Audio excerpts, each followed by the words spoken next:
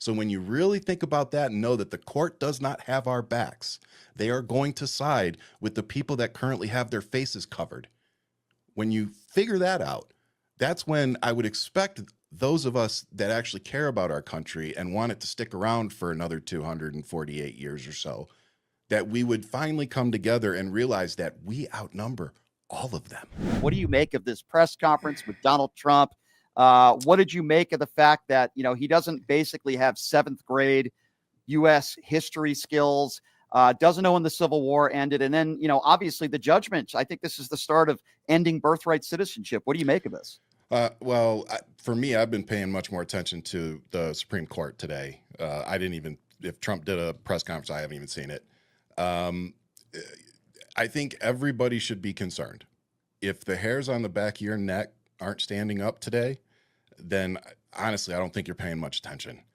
Is it a direct hit to birthright citizenship? No, but it does kick it back down to the states and the federal level. And to me, it's a loophole, right? It's just like the loopholes, in my opinion, that they kind of found to get rid of Roe v. Wade. And it's like they're doing it again. And I think Ketanji Brown Jackson's dissent, I started reading parts of it. Everybody should go read it. I can already tell it's something that everybody should read. Yeah. She's throwing the red flags. She's blowing the whistles. She's telling us all this is an extremely slippery slope and we have to do something. And so my question to you, my friend, is what can we do? What should we do? Well, I'll tell you let me start with what we can't do. If you remember when the Justice Kavanaughs and others said, oh no, Roe versus Wade is the law of the land, we're not going to touch that. Yep. Some of us believe them. Okay. We got to stop believing these conservative judges. That's number one. We got to hold them accountable. That's number two. And we have to fight back, not physically, but there needs to be more protest, whether it be, outside of those grounds in Washington, D.C. There needs to be more rallies, peaceful. We don't want violence, but people need to keep speaking out, and they have their First Amendment rights to do so. I'm telling you, Ryan, the same thing reminded me of Roe versus Wade when, this was the first step, but it's never going to be overturned. Yeah, it won't happen. Right, exactly. So that's what we can't do. We can't be complicit in all of this, or maybe complacent is the correct word to use, not complicit, even though a lot of people are. Feels like we kind of are. Yeah, exactly. I think you could use both words, Ryan. Yeah. But that's what I think. Listen, they're going after our Constitution. These people have no due process. And my question is, wouldn't that mean Barron Trump would be deported? Am I wrong on that? I think that's a fun talking point, but I think technically because his dad is American that he wouldn't. But again, we talk about loopholes, right? Mm-hmm. In my personal opinion, I would love to see a Democrat come in there and start playing, okay, you guys want to play with that? We're going to go after him because she was not, Melania, when I say she was not a citizen when he was born. Right. So you guys want to play games? Let's play games.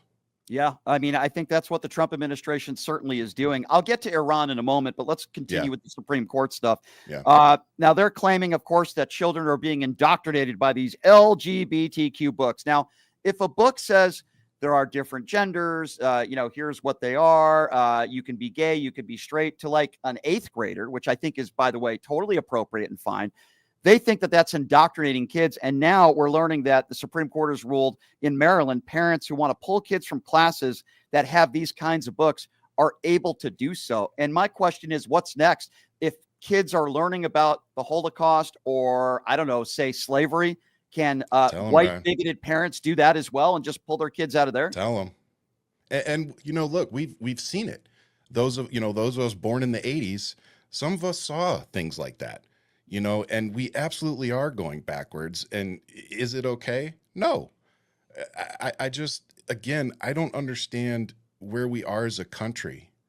I keep my kids home for virtual because my kid was in the 1st grade the first time she came home and said that somebody called her the N-word and asked me what it meant. And when we went into COVID, we went into virtual and we realized they actually were doing better, with their grades and stuff. And we did it for, I think, 2 years. And we just keep asking them every year, like, do you want to go back to in person? They're like, nope. So I think it's everybody has their right to choose what you want to do with your kid, but what I don't understand is why we're so afraid of education. Like I didn't know anything about the LGBTQ community, particularly the trans community, but when you go do some education, you find out there's like 72 different gender identities.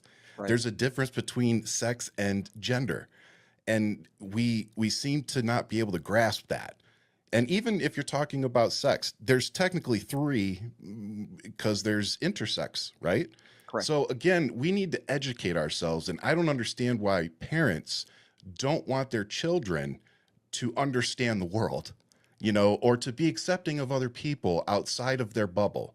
And that's the weird part is that they want to conserve their power, their influence, their everything, and they want to keep everybody out. Like when you've got masked people going around picking people up off the street because they look a certain way or they speak a certain language, that's insane. And that's where we are right now. Yeah, So, you're right. we just need to, it doesn't surprise me that people want to pull their kids from schools that they think are teaching them whatever. I think it's crazy that we're banning books that aren't, they're not extreme books. Like I would understand if it was something crazy, like extremism, but it's not. Like it's simply, it could just be telling a story about a gay kid. And it's like, why is that so bad to like learn somebody else's story? It's not gonna make me magically gay. Learning somebody else's story. The Right. worst case that's going to happen is I'm not going to understand it. The best case that's going to happen is it's going to enlighten me and help me better understand other people from their community, whatever. You know what I'm saying? Sure. Like, Sure. why And, can't we get there? I think extremism is in some school districts in Ohio forcing Trump Bibles or the Ten The Commandments. tank. To me, that's Thank you. extremism. Not having a That's book that says indoctrination. right, and not have a book that says it's okay to be gay. It's Yep. okay. Everybody's We different. It's accept you no matter who you are. yeah, and Yeah. that's what the Horrible drag, messaging. Yeah. exactly. Terrible messaging. And that's what those drag queen readings to kids are about too. I've been to some of them, and it's They're just teaching them to read. it's They're insane. teaching them and promoting reading, and you Yeah, don't like it because yeah. they were dressed up a certain way. And Now, this granted, I'm is not saying if they show up naked just because they're reading a book, it's okay. But I've seen so many of those that they weren't okay with, and it's like, really? yeah, Like it's that's what you're absolutely worried about in this situation? Not that your kid probably can't read or isn't interested in reading, but you're mhm. worried about the person that's trying to interest them in They're not reading. worried about supporting an adjudicated rapist, as you would say, and you're That correct. too. That They're too. not worried about that, but they're Nope. worried about a drag queen saying, "Be happy for who you are, and everybody can be different, but treat everybody the same." Yeah. They're angry at that. But adjudicated rapist, And a let's felon. support him. Yeah, it just and felon and 34 count felon. You're right about that. If you're just Yeah. joining us, Ryan Shead here. So Ryan, obviously, what the Supreme Court did today is very, in my opinion, dangerous, and it gives Donald Trump even more power than he already had. But Yeah. let's talk a little bit about Iran for a moment, because you've seen what's taken place over the course of the last week. Trump celebrating and saying their nuclear capabilities are destroyed, yet our own intelligence says that's not the case. They had a few days warning. There were trucks that were seen leaving the facility. I would Yeah. imagine anything that they didn't want destroyed were put in those trucks. I think any reasonable person would say that. And then you have Pete Hegseth lying. You have Caroline Leavitt lying. You have Donald Trump lying. And he's doubling down, and he's doing it again today, continuing to use the term obliterated when no reasonable person is using that term. What do you make of this? Again, as a veteran, my wife and I have been sitting around just kind of hand slapping to the forehead, like, oh my God, it's insane to see the rhetoric coming out of the White House. If you haven't gone on their social media, I would encourage you to, because they're putting like yesterday they put out videos of the tests of the bombs they used in Iran, not the footage of them bombing Iran, just, oh, these are the tests of the bombs we used. How does that tell the American people that you were successful in this mission? It doesn't. It's war propaganda. It's war porn. It's trauma porn. It's literally what it is. And let's not forget that this level of shit, was not going on when Biden was in office. Mhm. And what I mean by that is, I'm not saying that these conflicts weren't ongoing and things like that, and we weren't sending money and weapons and things like that. That was still happening. But this escalation has been done on purpose. And Trump has been told so many times that you cannot negotiate with both Netanyahu and Putin in good faith, that they are not going to abide by a ceasefire, no matter who it's made with. And we continue to get egg on our face. Like we didn't expect this. Yes, we did. We knew that Netanyahu was going to play Trump exactly like he did. We knew that Russia was going to play Trump exactly like he's doing. And again, we got 126 Democrats that can't even vote it to prove a point or to send a message of we are united behind the fact that this dude is doing things that are impeachable offenses, and we need to do that. Now, whether every Republican out there wanted to vote against it, that's their prerogative. But it just would have been nice to see my fellow liberals that we've all elected across the country to walk in there with one message. We're ready to do what's right and kick this dude out of the White House. They're not. And we couldn't even get that done. That's a really good point. I wanted to ask you about Andy Ogles for a moment. He gets my blood boiling. Oh, bro. So as you know, we have this candidate running for mayor in New York City, and right-wingers out there are calling him every name in the book. I don't agree with him on everything, but I actually do think he has a lot of good ideas. Could you call him far left? Yeah, I suppose you could. Like I said, I don't agree with everything he says, but I also don't agree with everything AOC says, but I think she's an extremely intelligent woman, and I think she has a lot of good ideas as well. And you have Andy Ogles going on social media, and I guess this is the norm now for MAGA Republicans, saying that he should be deported. Yep, and his citizenship that he received in 2018 should be revoked. Yeah. That they're going through it line by line to see if he lied about anything, and if he did, he's done. Like, they're posting that online. These aren't threats being made behind closed doors to him. Like, they're doing this. They're setting precedents here, guys. Like, they're making this okay.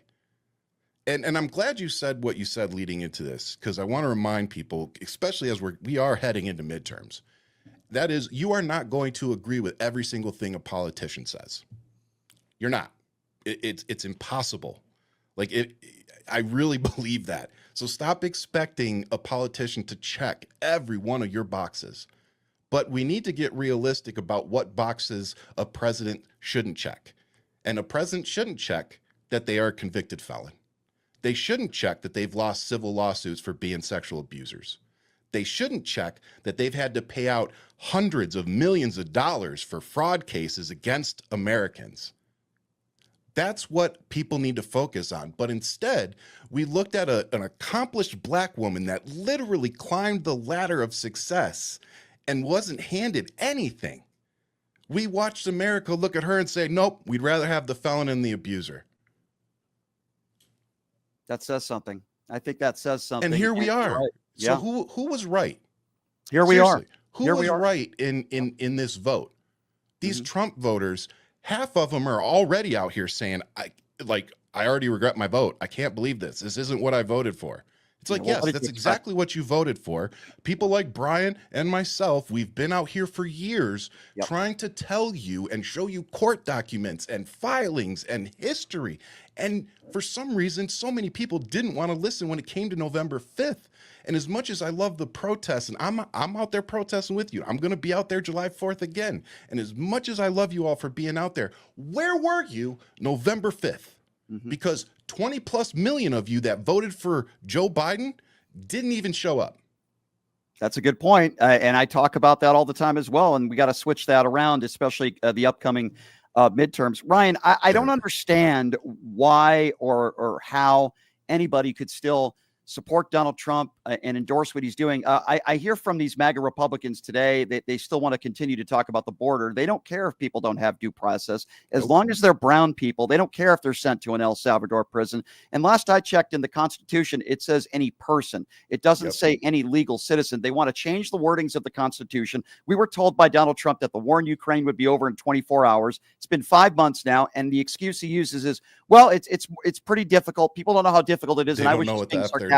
Yeah, and they want to brag about gas prices being down over the course of the last several weeks, when long term, let's see where we're at when it comes to gas prices. But my estimation, like 10 cents where I'm at. Yeah, and unemployment is still up. I think it was 4.5% last I saw it. As a whole, Yeah, Yep. as a whole, when you look at the inflation, it's not way down. And I'm saying to myself, what has this man accomplished besides pardoning a bunch of January 6th insurrectionists, some of whom beat police officers, getting us started in another, in my opinion, ill-advised war, not being able to cool things down and end the war in Ukraine like he promised people It's he a would long do. list, isn't it? Yeah, I mean, no tax on tips. You can name it. He hasn't I'm lowered so glad taxes you for said middle that. America. I mean, it's like, what has this guy accomplished besides damage the country further? And I'm so glad you said that about the no tax on tips, because Yep. what I hope we can drive home today in this clip is that this bill, what it did was it made permanent the tax credits that he gave to billionaires, and I think it was 2017. And that was due to expire either this year in 2026. And what this bill did is it made those permanent. And the no tax on tips, and I don't even think the no tax on Social Security is even in there actually. But these tax incentives that he's giving to us middle class, the breadcrumbs that they're leaving behind for us, they're going to be for 48 months. Yeah. They're not permanent. Like, it is literally until the end of Donald Trump's term, basically. So it's like by the time they go into effect and we really start to see them, they're going to be gone. Yeah. And all the billionaire tax cuts that they just got, taking the corporate tax rate from 25% down to 15%, that's now permanent. So again, people like Brian and myself, we've been out here, we're trying to show you, we're trying to condense everything and tell you this is what you need to focus on. Forget all the propaganda, forget all the war stuff. Like, I feel for everybody in Iran, I feel for everybody in Israel, I feel for everybody in Gaza, all the innocent people that don't want any of this crap happening. Those are the people that I stand with. But I need Americans to understand this one very important thing right now is, with all of that going on, and even with the money and the weapons that we have going out, we have a war going on right here. We do. Okay. It's Yeah, we called do. the modern civil war. It may look a little different than the civil war that we're all used to, that we were taught in history class, for those of us that went.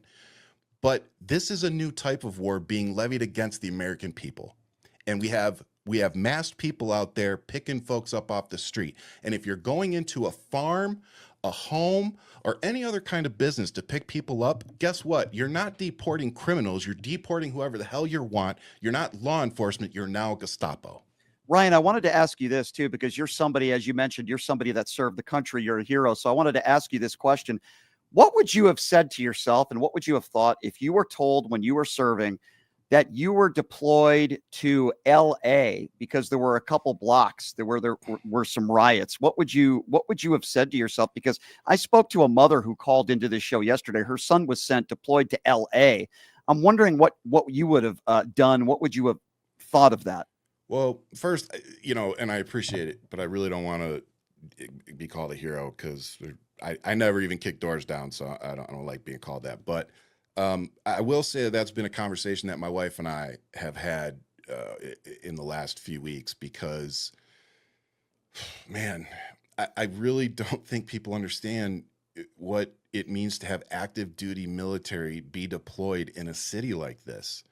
Like, we've had National Guard get deployed to the border. Heck, even the Democratic governor here in Arizona deployed our guard down to the border. So even Democrats were doing it.